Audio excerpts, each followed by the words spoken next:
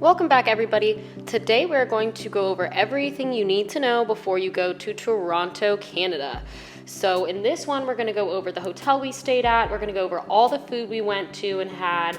We're going to talk about transportation. We're also going to talk about some of the things to do. Obviously, some big ones are like the St. Lawrence Market, the ROM, and the CN Tower. So we're gonna go over a bunch more things to do, including those. And then lastly, just hit some tips and tricks for you that you may not have known of and may help your vacation go a little bit better. So let's get into it. So the first thing I want to touch on is going to be the hotel that we stayed at. We stayed at the One King Hotel, and honestly, it was beautiful. So we really liked it because it was a huge room. It actually had an entire kitchen. So it had like a dishwasher, it had a stovetop, it had a fridge. So that was really nice if you're someone that likes to kind of maybe have breakfast at home or you have kids. So we thought that was really unique. And then the location was great. I mean, we walked to a lot of places. So it was in a really good central location.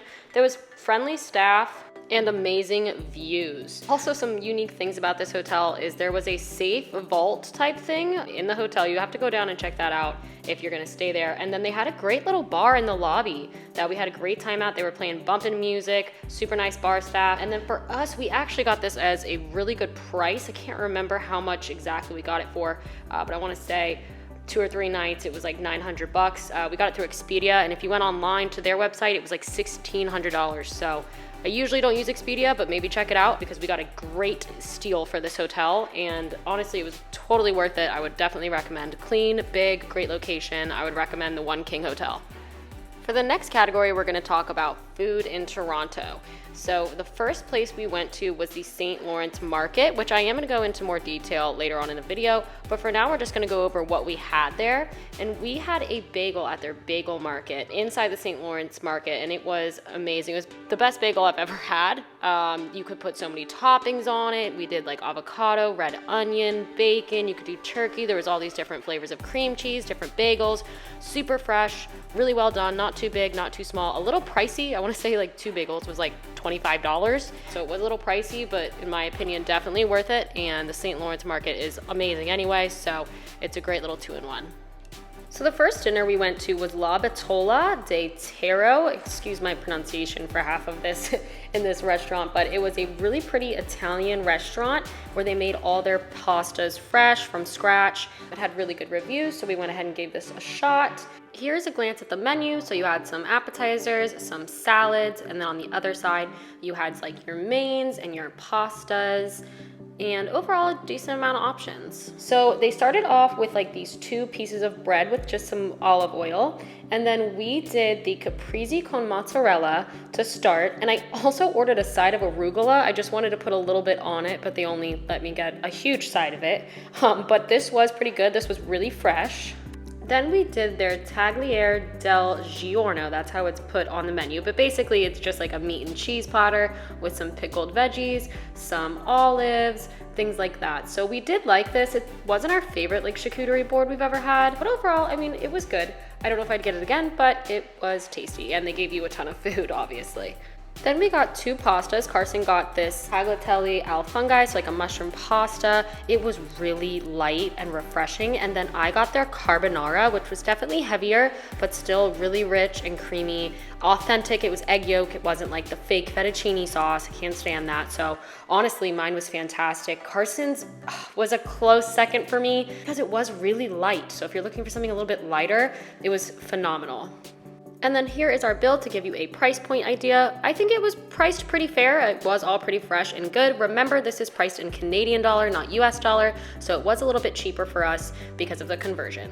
The next day, we tried out a brunch restaurant that had breakfast, brunch, and lunch pretty much. I think it's pronounced Eva, kind of reminds me of Wally. But we went and tried this spot out. The inside of the restaurant was really chic, kind of modern. I liked the pale blue colors, so the inside was decorated really beautifully. Unfortunately, I don't have the menu for this one because it was only online, and it was like also like 8 pages. Otherwise, I'd put it on the video here for you, but I will link it down below if you want to see their menu. Again, a ton of breakfast and a ton of lunch options. We got their craft of mimosa. I would not do it again. I had like one or two, but it was so rich. It was really orange juice heavy, so it was just kind of too sweet and sugary, so I wouldn't really recommend that. Then for our meals, I got their steak and eggs with a side of avocado. I'll be honest, the potatoes looked kind of frozen, the eggs were average at best, and the steak, I asked for medium and it was pretty much well done. So I wouldn't recommend that. And then Carson got, I wanna say it was a breakfast burger and a side of 2 pancakes to try it. He didn't really like his either.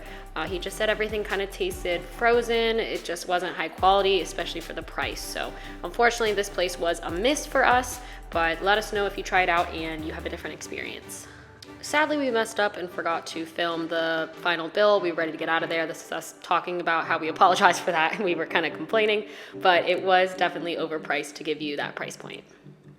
And obviously when you're in Canada, you have to try some poutine. So I didn't do any research, but I found a place that was like near us at the time to go try some poutine, which is called SAP, and it's like Canadian comfort food. So I figured, hey, why not give it a shot?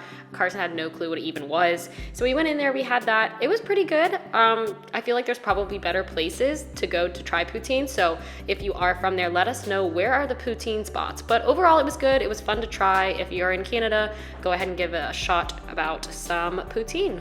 Also, on a quick side note, don't forget, if you want more in-depth details of these restaurants, of where we're going, of where we went, we have vlogged every single day. So if you want more in-depth information and watch the whole thing, their vlogs are all on our channel. Another dinner spot we hit up on this trip was El Catrin Distilleria. So this is actually in the Distillery District, which I will get back to later in this video, but it wasn't our first pick because a lot of the stuff was closed when we went to the Distillery District, but we chose this Mexican restaurant. And here is a quick rundown of their menu. So they have starters, they have small bites, they have street snacks, so kind of a little like funkier appetizers. On the back, they have your desserts, and then they have your mains / like specialties, and at the top they have tacos. So to start, we did their chips and salsa. It comes with a more milder green one and then a spicier red one. I really liked the spicy one. Carson wasn't a fan. And then you had some tortilla chips that came with that appetizer order. And I figured I'd share, this is Carson getting an iced coffee with a shot of Bailey's at a Mexican restaurant. I was like, come on now, but he was tired, so that was his little pick-me-up that he ordered there. And then for their little small plate appetizer options, we got the roasted street corn. It's called something else on the menu. You can see in the description, it's roasted street corn, but I cannot pronounce what it's called, so I'm not even gonna try. But this was really, really good. The cheese was good, the corn was good. It was like that sweet, salty combo, crunchy, but also soft. So if you're going here, give the street corn a shot. So for our entrees, we got the birria tacos, which is basically braised beef, and it had like a sauce and some hot sauce. And then we also got the mole poblano, which is chicken in a mole sauce. The chicken mole was intense. It was really chocolatey flavor. It was not for us. The server did warn us and say it was an intense flavor. I've had other moles before that I did like better than that one, but this one was a no-go for us in case that's really something that you like. But we did like the braised beef ones. I will tell you, they're like homemade taco shells were fantastic. But for us, the mole was a definite no-go, but the braised beef was pretty good. And for the bill again, this is the total price, so you get an idea. I would say it was a little expensive on the pricier side for kind of how much food you get, but if you're into Mexican and you want to go down to the Distillery District, this is an option for you. Now this is kind of random, but I wanted to share it with you in case you're there. We went to the Scotia Arena Bank. That's basically their arena there. We saw a concert, but we tried these local hot dogs and like a lamb sausage and a different sausage. They were really nice. They gave us like a whole one for free, but we wanted to try it out. So I'm sure this place is somewhere local if you want to give it a try, but not the best video, but here is a look at them. They were pretty good. So just a side note, if you're there, you can try some of the local hot dogs. Now on to transportation and kind of how to get around the city, because it is big and there's a lot to see. So we used their subway system, and honestly, we loved it. We found it pretty easy. We were pulling up Ubers versus how long this would be, and pretty much every time the subway system would take shorter, if not the same amount of time for an Uber, and you could buy a day pass or you could buy one way. Don't hold me to the prices because I don't totally remember what they were, but I want to say it was like $3 per way, and then you can obviously do a day pass. Some of the locals had cards, so definitely cheaper than an Uber. Make sure you take a look at the map before you hop on so you know you're going the correct direction, but inside they will announce every single stop. And if you do have an Apple phone, most of the time what I was doing is I pulled up that I wanted to go by the subway and it told me where to get on up top, like what was my closest nearest station, and then what station to get off at. So pretty easy. It's not as scary as it looks. I would definitely recommend taking the local subway. Now on to some things to do. I'm sure you've heard of some of them, but maybe some you haven't. So to kick it off, we visited the Rec Room, which is a big arcade with a sports bar inside. We're big arcade people, so of course we naturally found this one, but it was really big. They had a lot of games. You could get prizes for your little electronic tickets. So we came here, I want to say 2 nights in our trip, just because it was something that was open later when everything else closed. I want to say this was open till like midnight. We did try their food at the bar one night. I would say it's definitely average bar food. So if you're looking for anything really fancy, I'd pass, but we had like nachos and wings and it was just very average sports bar food, but we had a great time. They have a ton of games. So if you're looking for something to do in the evening when anything else is closed, check out the Rec Room. A must-visit spot here in Toronto is going to be the St. Lawrence Market. So if you've ever been to Seattle, it's a lot like Pike's Place Market, but to me this one's a little bit cleaner, it's bigger, it's all enclosed. They had it all here. I mean, they had fruits, vegetables, all types of meats, from normal steaks to things like rabbit and elk and all types of things. They had fish.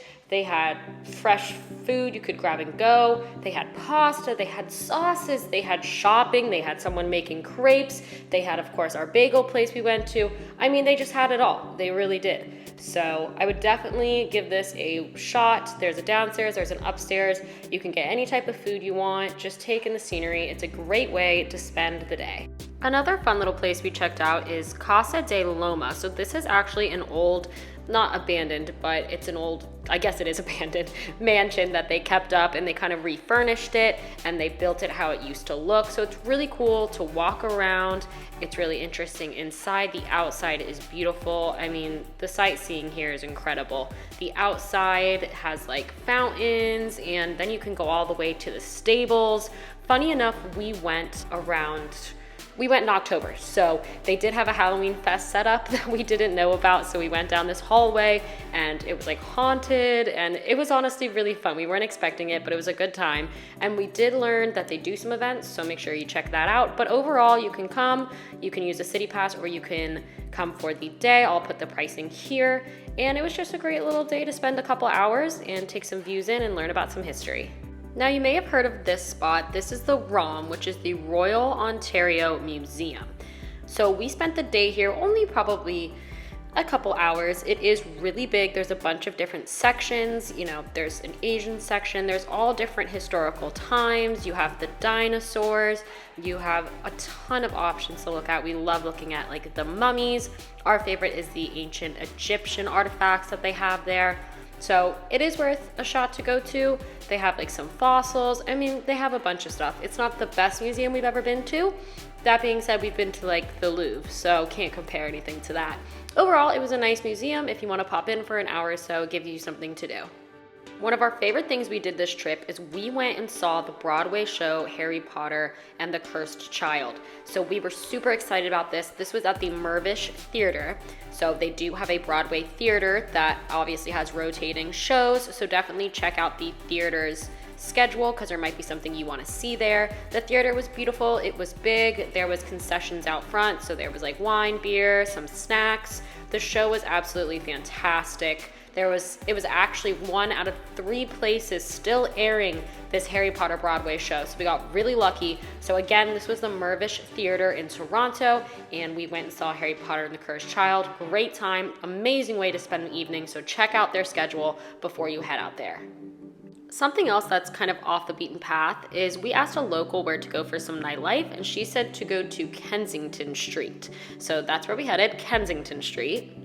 This area was like a street with a bunch of little restaurants. Some of them had live music. It was definitely a chiller vibe. And then we saw this place with everybody out front of it, and it said the Fresh Supermarket. So we gave it a shot, and inside was the funnest, weirdest time ever. I can't really explain it, but basically there was a stage, and you were just, if you brought your instruments, allowed to play. So it was just a big jam sesh. So at some points there was like 3 saxophone players up there. There was like 12 people up there. People just go up there and randomly start singing together. Not really any real songs you would know, but the vibe was just really happy. We had a really good time. So if you want something kind of different, I've never really seen that here in America. It was really fun. So fresh supermarket, some live group band work, I guess. So check it out. The next place to see is going to be the Toronto Square. So this place was really interesting. We saw a bunch of rats, so just a heads up, I don't know if you could see it in here. And then I almost got hit by a bird just on the way there. But other than that, there's like some food vendors out front.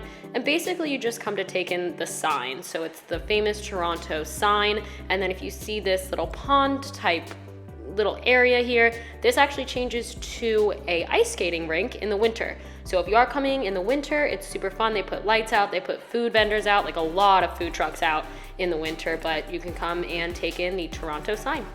A popular spot here to visit in Toronto is going to be the CN Tower. So it is one of those typical observation towers you can find in a couple major cities. You go up the elevator and basically you just take in all the views on the observation deck. So this area, you could see the water, you can see planes. Basically, you just get amazing views of the city. Up there, they do have like a little bar you can grab a drink at if you just want to sit and relax for a little while. And then at the very top, they do have a full restaurant. You do have to make reservations. Carson tried to sneak up there and get a picture, but they kicked him out pretty quick. So that is also an option up there. But the CN Tower, just hang out up there, take in the views, and enjoy it. Right at the base of the tower, there's going to be Ripley's Aquarium. So it may be a little touristy, a little cheesy, but it came with our pass that we did for the day. So we went in there, took in everything. It was a pretty nice aquarium. I mean, they had lots of sharks, they had lots of fish, they had unique fish that we hadn't seen before that I guess were in like the Canadian lakes, which I thought was really neat. And then they also had things like jellyfish. So overall, it was a really good way to spend about an hour or so. We have a lot of aquariums here in Florida, so we didn't spend a ton of time, but if you did have kids or you had an hour to kill, it was fun to walk through the Ripley's Aquarium. So this was a place I really wanted to try, but I did find out that I think what I was thinking of, it's usually when they have events hosted here, but this is what they call the Distillery District. So there's a ton of restaurants, there's shopping, there's obviously a couple distilleries in here that you can go visit. I think during event seasons, they have more like food booths and stuff, but we'll touch on that later. Overall, it's a really nice place to walk around and look at all the shops and restaurants, etc. They also have some artwork pieces laying around, so it's just a really unique and eclectic area. And then they do have this sign, the love sign, that you can buy a padlock and then sign it and then lock it to the sign. So we did that, and that was just a fun little unique touch. We also got dinner here. That was the Mexican restaurant you guys saw earlier. So it's just a fun little place to walk around if you want to check out the Distillery District. And the last on the things to do category is the Scotiabank Arena. So this arena is pretty much like any other. I mean, it could hold singers, it could hold events. I know that they do a lot of hockey here. So if you wanted to come and watch a hockey game, that's really iconic. And they also, when we went, had a Michael Bublé concert. So we popped in there and enjoyed him. He was great. But just remember, another place to check tickets before you go. Maybe you can catch a hockey game, maybe you can catch a singer, maybe you can catch a show. So just something to think about before you go. And our last category is just going to be some tips and tricks and things like that to go over before you go. So our first tip is to buy the Toronto City Pass. So this includes the CN Tower, the Aquarium, Casa Loma, the Royal Ontario Museum, and the zoo or the Science Center. So that's what we did, and we saved a ton of money because if you saw the other signs, things were way more expensive. So this package price saved us a ton of money. And I touched on this briefly before, but when you go to Casa Loma, check their event schedule. So when we were there, they were actually setting up for an event that evening that we unfortunately missed because we didn't know. And then of course they had their Halloween event, and I've heard they've had an amazing Christmas event. So check Casa Loma's calendar before you go. And on a quick note, this also does apply to the Distillery District as well. I know they have some crazy outdoor events that are packed with food vendors and all types of stuff. When we went, the streets were a little bit empty and some stuff was closed. So make sure you check out their event calendar before you go as well. And I've got to say it one more time, take advantage of their public transportation. I mean, the subway down there was perfect. They also have buses off top that you can do. A lot of stuff you can walk to. I mean, there's a lot of walking distance things in Toronto. So take use of the public transport and the ability to walk around the city. Along with that, just a little tip, if you are anywhere else in Canada or you want to see a couple other cities in Canada, you can take the Amtrak to quite a few cities. So we actually came from Niagara Falls, took the Amtrak. It was 2 hours, super quick, super easy, and then it dumped us right in the heart of Toronto. So if you're thinking of a way to get around, if you don't want to do a rental car, just look at the Amtrak schedule and see if any of that works for you.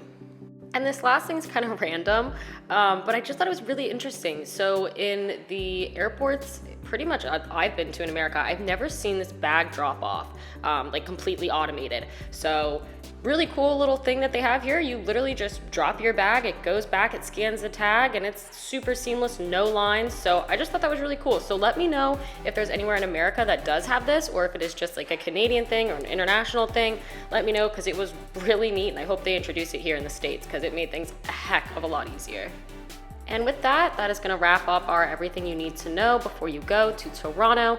I hope this really helped you guys plan your trip or gave you some information you didn't know before.